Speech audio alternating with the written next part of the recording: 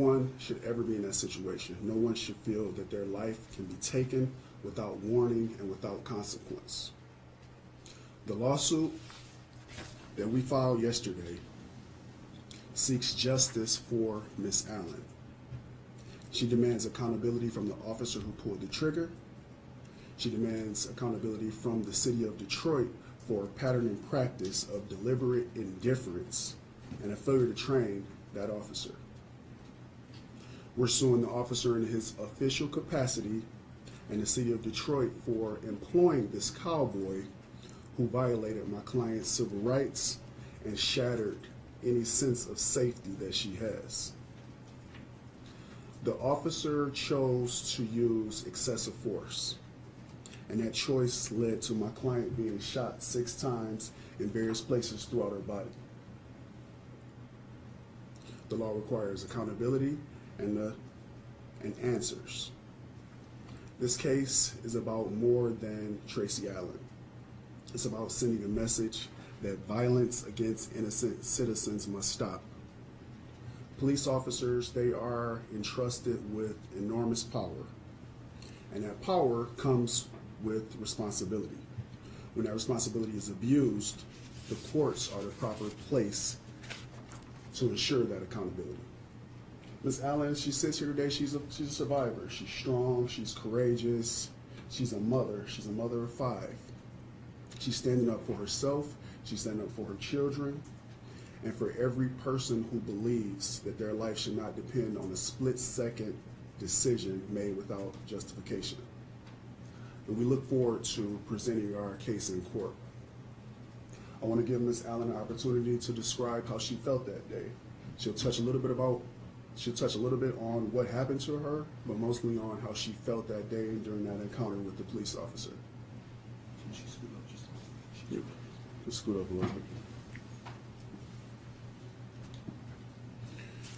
Ms. Allen, take your time. I know it's going to be hard, but tell the press where you were going that day and how you felt when you initially were pulled over by that officer. I was going home. I was leaving Walmart. You were getting some things for your children, right? Yes. Okay, you grabbed some Halloween costumes. Okay. And was on my way back home. Okay, and then what happened? I got pulled over. As I was getting pulled over, I asked God to protect me as I was getting pulled over. You felt something wasn't right initially? Correct. Okay. All right. And then how'd you feel during the encounter when the officer walked up? I didn't even understand why I was getting pulled over. So he explained it why, and I disagreed. Okay. And at some point, the officer escalated, right? Correct. He pulled out a firearm? No. Not at that point. He asked me for my license and registrations and proof of insurance. I gave it to him. My insurance was on my phone. I guess I was moving too slow for him. Okay. So he began to try to argue with me. We went back and forth, and I asked for a supervisor several times. He didn't give it to me, so I dialed 911 and told the operator that I feared for my life and asked her to stay on the phone with me. After that, he called for backup. The backup officer pulled up and pepper sprayed me. At that point, I was already outnumbered. So, pulled my vehicle and drive, and I pulled off. Not towards officers or anything, correct? No. Okay. And then at some point, talk about when the officer opened fire. I was on... what were you doing? I was on my way to the police. Okay. And they blocked me in. Once they blocked me in, first he was in front of my car, and he ordered me to get out. He had already had his gun out, so I thought I was going to get shot in my head. So he moved from the front to the side. As he moved to the side, he asked me to get out the car twice. I shook my head no. And he's pointing a firearm at you, correct? Yeah. That's when he began to shoot my truck up. As he shot my truck up, I pulled off. I didn't know I was hit until I got to the light. After I got to the light, I kept going until I made it to the police station and told them that he shot me. Okay. How'd you feel? Thought I was gonna die. Any questions? First off, really sorry this happened to you, Tracy. As you look back on this situation, well, first, how long were you in the hospital for, and what's going through your mind as you're in the hospital, suffering from these gunshot wounds, and still in police custody? Because they took you from there to the DDC, correct? Yeah. Walk me through that.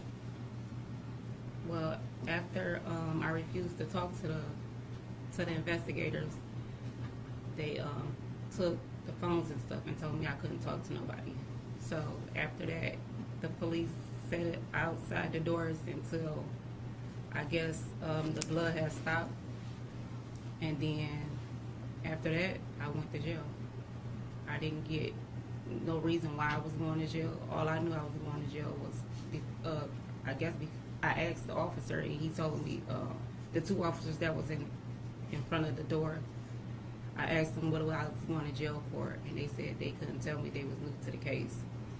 So basically, I was just going to jail because I was going too slow to give him my insurance. That's all I knew that I was going to jail for. And as you're in the hospital, what's running through your mind? You said they took your phone. Have you been able to get in contact with kids, family? No, nobody knew I was shot. How frustrating was it when you heard the narrative in the beginning of what happened? You're probably thinking that's not what happened, you know? How frustrating was that? I didn't know what happened until I got to the jail, and the officers told me that the officer was hanging from my truck, and I said no, he wasn't. That never happened. And they told me I'll have my day in court. When you were first pulled over, what gave you the indication that it could be kind of a dangerous situation? When he told me about my plate, Was it the officer's demeanor? yeah. Okay. Just leave it there. Did the chief of police reach out to you when you finally saw the video, or? No. The chief, he did. He said that he was initially told some preliminary information about what happened, and then later came out and said the body-worn camera footage of the incident was in stark contrast to what he was told happened. And he even, I can't remember what he said verbatim, but had like a message for you and said, like, listen, we're getting her out of DDC. The charges against her are going to be dropped. Do you think the chief deserves any credit for how he came out and tried to clear up the situation that happened that day? Yeah. I'm actually glad that he stood on business, but that still doesn't justify me getting shot. How are you doing today? Like, you shot 6 times. How are you feeling? I would be lying if I told you I was okay. Mentally, I'm not. Physically, I'm not. How are your kids doing? I mean, how do you explain that to them? I haven't explained it to them. Do they know what happened? No. What's your recovery been like? 'Cause I mean, like looking at you, you look great. No one would probably imagine that you've been shot 6 times and what have. Walk me through what your recovery has been like, Tracy. It hasn't been great. I mean, I'm pretty sure it's nerve damage. I got permanent marks that's never gonna go away on my arm and my legs, both arms.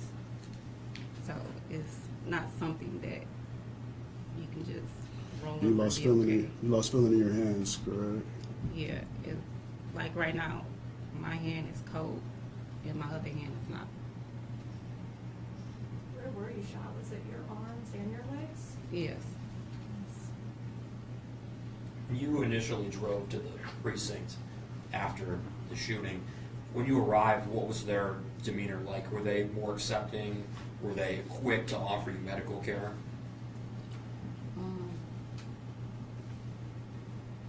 When I got there, their guns was out on me, all of them. And I told them I was shot. That's when they got to surrendering first aid and cutting my jacket and stuff off. From the time that you arrived to when they gave you the aid, do you know about how long that might have taken? I don't know, it's probably pretty hard to guess times.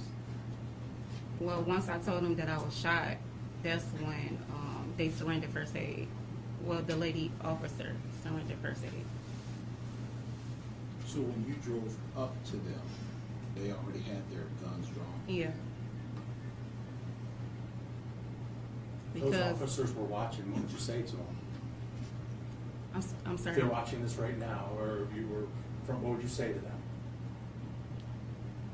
I don't have anything to say to them at all. I mean, I basically.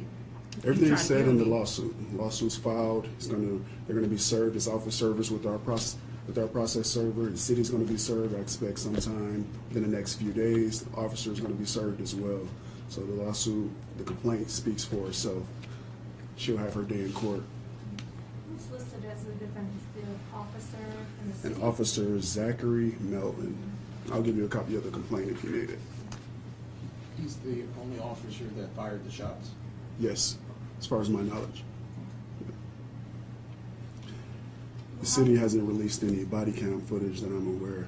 Yeah, I was gonna say, do you know the Yeah. status of We the officer? filed a FOIA request and it's been extended and we haven't heard anything. So now we'll move to the discovery process during the lawsuit. Have you been in contact with the Wayne County Prosecutor's Office, kind of where they stand on this case? I have not. I would urge them to file criminal charges against the officer.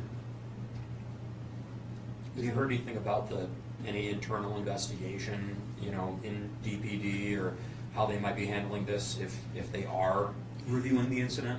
I have not. We've sent letters. And like I said, we filed our FOIA request. We've notified them that she's represented by counsel. She's been represented for some time since this incident, and it's been crickets. They were pretty silent about even naming the officer who committed this heinous act against my client. The silence is deafening. And did you just wait to file it now, just time to gather everything? kind of We wait- were gathering information. Where did you get the number from? I believe it was 25 million. 25 million, my client is going to be affected by this for the rest of her life. She's potentially looking at surgery. She has children that she's not able to provide for. She's in therapy. 25 million sends a message to the city. It sends a message to the police department and police departments across this country that this is not going to be stood for. You will be held accountably one way or another. Since the incident till now, have the officer been disciplined in any way? I don't know. That's something I would like to know. So just to be clear, they've given basically no communication. No to you guys. communication. We've heard nothing at all. A part of the information that you're trying to get on the officer, is there like a history of him responding in similar ways or any other incidents that? I don't know. I'm going to get that information during the discovery process as the case proceeds. We're going to get his entire history, his entire officer file, and we're going to see if he's been involved in any type of incidents. It was hard enough getting his name in order to file the lawsuit. This is a federal case? It's a federal case, yes. All right. Thank you. Thank you. Can we just, without the microphones, can you just kind of show us your injuries again? Yes, you can do that. Just standing right there.